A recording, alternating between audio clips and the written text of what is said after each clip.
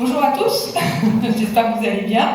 Eh bien, on va peut-être commencer par se présenter. Alors, moi je suis Leslie Legal, je suis la dirigeante de l'agence de communication Alba, agence bretonne, et on travaille sur tout ce qui est création, design, marque, stratégie, relations médias et événements.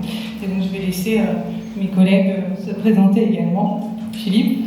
Alors je suis Philippe Correa, je suis non seulement Global Scout, mais également directeur des opérations pour Renonchard Bretagne, et j'étais donc chargé du pilotage du projet Césabelle.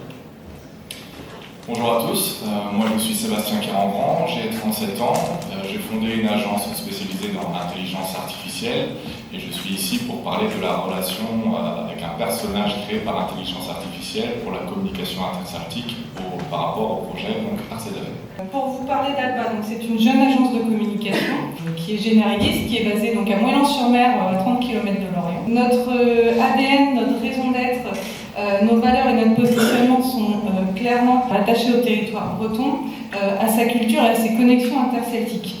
Alors tout ça c'est des paroles, mais dans les faits, ça se traduit comment ? Eh bien depuis le lancement, nous travaillons bien entendu avec le secteur de l'industrie de l'agroalimentaire très présent en Bretagne, mais également avec des groupes de musique bretons, un label de production et des créateurs à travers toute la Bretagne. Donc, petite anecdote et pas des moindres, notre développeur web qui est quimpérois vit depuis 15 ans à Glasgow et il est aussi musicien à Inverary District Pymont, s'il y a des Écossais dans la salle, voilà, ça leur parle peut-être.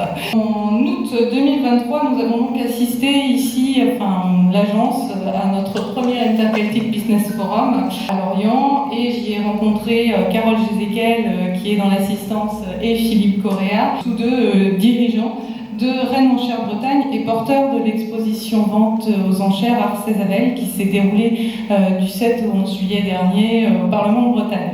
Donc, tous les trois, nous nous sommes mis en relation avec John Malverhill, qui est une intervenante irlandaise qui avait pris la parole à la tribune l'année dernière, ici également, sur les questions de l'art et de l'introduction de l'art dans les entreprises. Elle est artiste elle-même. L'agence est porteuse de la marque Bretagne depuis novembre 2023 en tant que jeune pépite. Nous sommes également, depuis février, adhérents à Bretagne Commerce International. En avril 2024, on a rejoint donc Charles et les équipes irlandaises à Galway pour l'Interceltic Business Forum en Irlande, pour promouvoir le projet Ars Césabelle et promouvoir l'agence de communication Alba. Nous y avons retrouvé donc John Malverhill quelques jours avant et nous avons établi des connexions avec son réseau artistique à Dublin. Et enfin, pour terminer cette approche par la preuve, nous étions déplacés en Irlande avec notre ambassadrice bretonne sous forme d'intelligence artificielle, Anne Kerdy, de façon à ce qu'elle puisse nous accompagner dans notre communication, puisqu'on l'a fait devenir polyglotte, alors français-anglais bien entendu, on le voit ici, mais également breton, mais également en irlandais et aussi en gaélique. Enfin, nous avons signé il y a 2 semaines la charte Yadar Brezhoneg avec l'Office public de la langue bretonne pour poursuivre et intensifier l'usage de la langue bretonne à travers nos usages en communication, donc nous en tant qu'agence de communication, mais aussi pour le pousser dans le cadre de la stratégie de nos clients. Alors, grâce aux relations que nous avons nouées l'an dernier ici, Alba a contribué à l'ambitieux projet Ars Césabelle, porté donc par Rennes-en-Cher Bretagne, via un accompagnement complet de sa communication, en partant de la création de l'image et la stratégie de la marque jusqu'à l'activation en print et en web. C'est un projet culturel pour lequel nous avons eu pas mal d'idées innovantes, de temps en temps un peu folles quand même, et on a toujours relié nos actions et nos convictions et notre engagement pour la Bretagne à travers toutes les actions qu'on a menées. Donc je vais laisser Philippe prendre la parole au sujet d'Ars Césabelle pour exposer un peu plus en détail le projet. Voilà, pour une agence de communication qui était optimiste et ambitieuse, une intelligence artificielle et des moyens nouveaux et donc innovants pour nous, il fallait donc un projet ambitieux et, comme le disait aussi Leslie, un peu fou. Donc on est parti de quoi? L'année dernière, on avait fait une exposition au Parlement de Bretagne, donc pilotée par Rennes-en-Charente-Bretagne, qui s'appelait 16 Breurs. Alors pour ceux qui ne savent pas ce qu'était 16 Breurs, c'est un mouvement artistique breton qui est né en 1923, donc on fêtait le centenaire, et qui était, on peut dire, en relation avec le développement de l'art déco en Europe, avec Bauhaus par exemple en Allemagne, et un tout petit peu plus tôt avec, en Écosse, Charles Rennie Mackintosh. Lorsqu'on a terminé le projet, on s'est dit on fait quoi, puisque les artistes de 16 Breurs étaient tous morts. On s'est dit bon, on va faire quelque chose de nouveau avec l'art contemporain en Bretagne, avec des personnes qui étaient inspirées par la Bretagne, pas forcément toutes bretonnes, mais portées par ce pays. On s'est dit on va y aller. On est parti d'une feuille blanche, on a fait un appel à projet, on a eu des candidatures beaucoup plus que ce qu'on espérait. On avait des candidatures de qualité et on a mis en place un comité de sélection dans lequel nous avons invité l'intelligence artificielle à nous rejoindre. On a sélectionné donc des artistes et on s'est préparé. Mais en même temps, on s'est dit, si on veut vraiment porter l'image d'une Bretagne loin des clichés, parce qu'on est quand même encore un peu trop marqué par des clichés en Bretagne, on s'est dit l'innovation, une communication stratégique, mais on va continuer à s'ouvrir outre-Manche. Et on a sollicité, pour commencer, Écosse et Irlande. Alors, on a pu développer une relation particulière grâce à John Bobby-Hill, et c'est vrai que, comme disait Charles, on a rencontré quand même l'année dernière Leslie, par l'entremise de Leslie, Sébastien, et on a rencontré John l'année dernière. Tout ça est monté, et on a pu inviter donc des artistes irlandais. On a été invité également à visiter des structures l'année dernière, non pas cette année au printemps, en particulier l'Irish Museum of Modern Art, qui est extrêmement intéressant.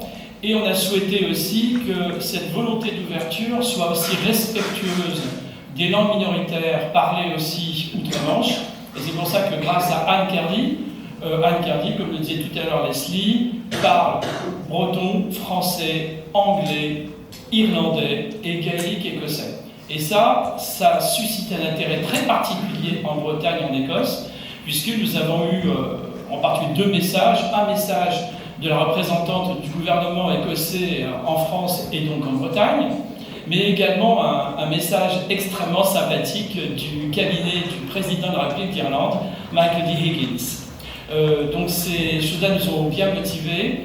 On a réussi une exposition à Rennes le mois dernier avec plus de 1000 personnes, avec la création maintenant d'une nouvelle dynamique. Mais cet événement s'est terminé, mais pour nous, ce n'est qu'un début.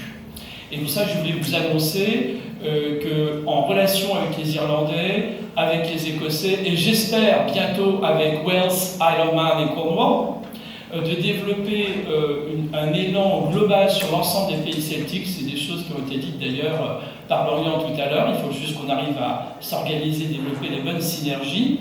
Mais je voulais vous annoncer d'ores et déjà qu'on va changer de modèle un peu économique. Comme disait tout à l'heure Fabrice Leher, nous sommes pragmatiques, parce que peut-être nous serons des Celtes, pragmatiques. Il faut aussi une logique économique à tout cela. Et nous allons créer d'ici la fin de l'année une fondation, un trust, dans lequel des entreprises et des personnalités font manifester déjà un intérêt, de telle manière qu'on continue à développer, mettre en place peut-être des expositions, des partenariats, des échanges, pourquoi pas des financements de thèse, on verra.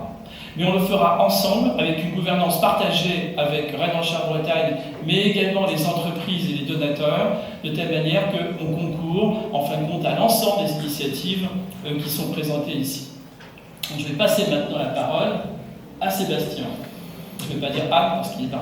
Justement, c'est elle qu'on voit s'exprimer dans les différentes langues, j'y reviendrai. Donc Anne Cardy, c'est donc un personnage entièrement créé par intelligence artificielle, qui est créé depuis le printemps 2023 avec pour but de promouvoir la Bretagne et de démystifier l'intelligence artificielle sur sa page Instagram, qui est désormais suivie par plus de 10 000 personnes.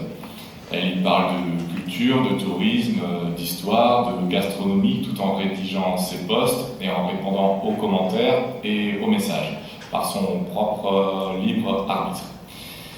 Durant donc, cette année d'existence, qui a été assez riche et intense, elle a eu l'opportunité d'être relayée dans la presse, dans certains médias, que ce soit Internet ou sur les ondes télé et radio. Participer à la journée de sélection pour l'exposition Vente Arcésabel a été une expérience incroyablement enrichissante. Voilà, on entend quelques extraits. Voilà, c'est les calages du direct. Chaque artiste apportant sa Bon, on va l'écouter de façon à montrer là sa voix française. Bretonne.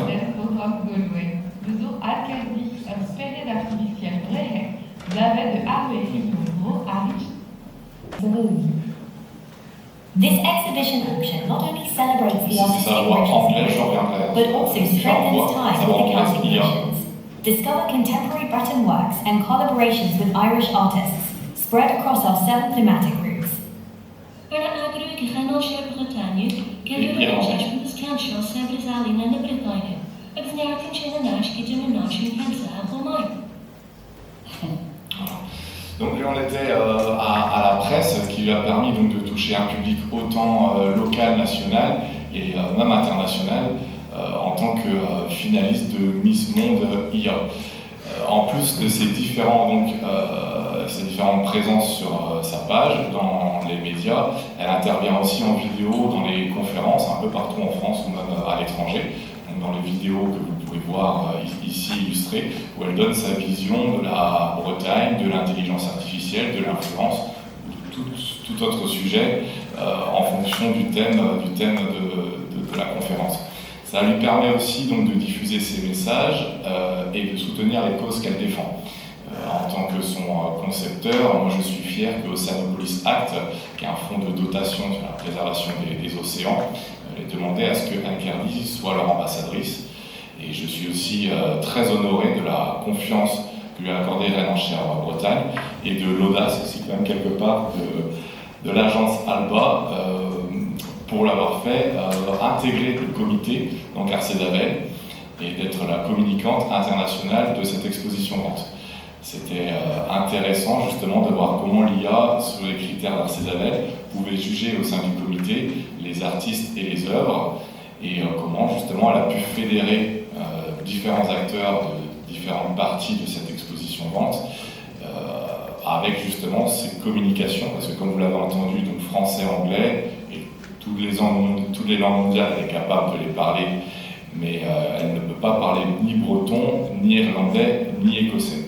Et quelque part, c'est pas plus mal dans le sens où ça a permis de travailler avec les professeurs de ces langues-là pour justement diffuser à travers ce même personnage les informations dans toutes les langues des parties prenantes de cette exposition. Il y a un film aussi qui est en préparation sur Anne, qui sera diffusé sur France TV. Donc c'était l'occasion aussi de faire venir la réalisatrice de ce film au Parlement pour faire donc des captations de cette exposition et donc d'avoir un nouveau public pour les prochaines éditions et continuer donc la diffusion, la communication, pas forcément à l'instant T de l'exposition, mais au fur et à mesure donc, de l'année. En tout cas, Anne, donc c'est une IA, mais c'est une IA qui ne remplace pas du tout l'humain, qui n'a vraiment pas le but de remplacer l'humain, c'est plutôt l'inverse justement. C'est un peu le contre-pied de tout ce qu'on entend, dans le sens où elle a des messages à porter, elle fédère les humains, elle met en avant leur travail. Et c'est vrai que c'est gratifiant, en tout cas pour moi, et j'espère pour d'autres personnes, de voir que des personnes ont compris sa vision, que ce soit des professionnels, des organismes, qui souhaitent donc maintenant travailler avec elle. Alors, juste une question, quelque chose qui est très humain, c'est notre capacité de discuter avec des gens, échanger, et ce qu'on voit parfois c'est dur. On va rester en petit groupe, on ne va pas trop échanger. Alors Leslie, vous avez réussi quelque chose d'assez extraordinaire, vous êtes venu à une conférence, vous avez trouvé un client, vous avez trouvé un contact en Irlande, et là maintenant vous êtes sur scène en train de parler de toutes ces belles choses. Alors, suggestion pour les gens qui sont là, de dire comment vous avez fait ça, comment vous êtes pris, vous avez plein de cartes de visite à la main, qu'est-ce qui s'est passé, une petite suggestion pour aider les gens à faire pareil, à trouver peut-être un client ou un contact utile dans l'avenir. Alors j'avais préparé mes cartes de visite en anglais. Alors, je suis pas bilingue là, mais je me suis remise à niveau. Enfin, je prends des cours et je travaille mon anglais. Donc j'ai tenté de prendre des contacts, j'ai récupéré des cartes de visite, j'ai aussi pris des photos des noms des contacts qui passaient, j'ai utilisé LinkedIn pour envoyer des petits messages, et puis j'ai osé, j'ai été vers Carole et vers Philippe, enfin, voilà, j'ai été vers les personnes en fait, tout simplement, je crois qu'il faut oser. Et ça valait la peine. C'est le projet sur lequel on a travaillé ensemble était vraiment dans des valeurs communes, vraiment avec le même positionnement de l'agence. Et moi j'accorde toujours beaucoup d'importance au sens et à la cohérence. C'est ce que je disais tout à l'heure, c'est pas tout de dire on a un ADN, on a des valeurs, on a des convictions, ouais, mais concrètement, ça se traduit comment? C'est ça qu'on vient aussi vous expliquer aujourd'hui, c'est que oui, on s'est rencontrés à l'Interceltic Business Forum, on est là parce que quelque part, on a cette conviction, cet attachement au territoire breton, on a cette considération de la Bretagne qui est comme nation celte à part entière, j'ai envie de dire la France c'est à côté, et c'est vrai qu'on a partagé ça, ce qui a favorisé la collaboration aussi et l'entente. Okay. Juste pour finir, pour vous retrouver, est-ce qu'il y a un autre événement où vous travaillez ensemble, qui est en Irlande ou en Bretagne, que les gens peuvent potentiellement vous retrouver? Alors c'est ce que j'annonçais tout à l'heure. Ouais. Donc il y a un site, c'est www.arcesabel.com, venez nous voir, come to see us if you need more information. Et on va annoncer donc en particulier la création du Trust dans les semaines, mois qui viennent, avec probablement un événement, mais pour lequel je ne peux pas encore donner de date précise. Bon teasing, merci. Thank you, Charles.